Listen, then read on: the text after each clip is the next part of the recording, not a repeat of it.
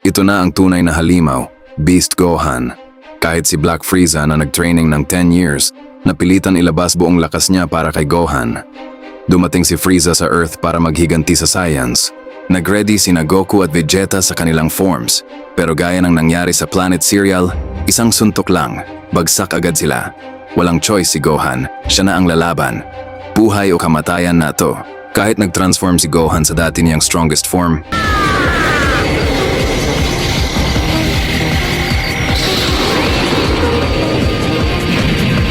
wala pa rin. Isang Black Tiger Heart Strike lang, tinusok agad ni Frieza ang dibdib niya. Tapos agad.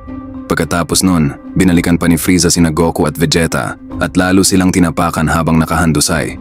Pero si Gohan, kahit sugatan, narinig ang sigaw nila. Dito na nagbago ang lahat. Sumabog ang galit ni Gohan.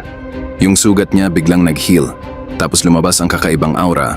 Puti, may kasamang kidlat. Ibang level na to, hindi na normal na Saiyan form.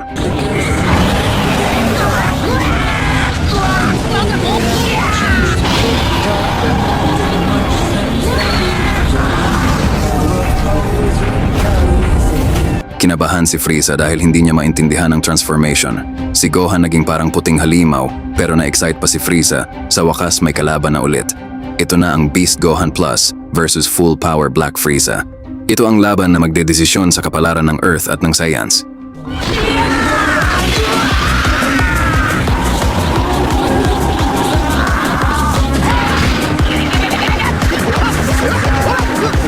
Si Frieza ang unang umatake, sunod-sunod na suntok. Si Gohan puro iwas muna, binabasa ang galaw niya. Habang tumatagal, nagets niya ang pattern, kaya nagsimula na siyang gumante. Nagbanggaan ang kamao nila sabay, tapos sumabog ang purple energy sa paligid. Ramdam mo yung lakas, parang dudurog ang buong lugar. Sumunod ang isang napakalaking explosion.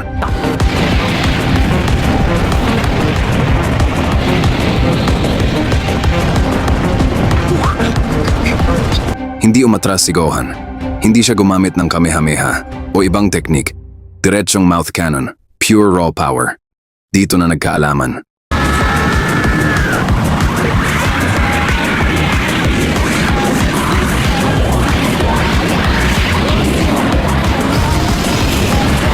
Sa huli, si Beast Gohan Plus ang nanalo.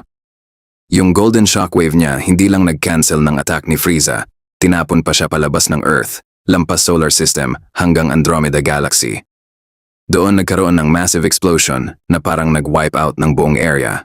Pagkatapos ng laban, si Frieza walang malay. Si Gohan ubos na ubos ang lakas, bumalik sa normal form, tapos tuluyang nahimatay.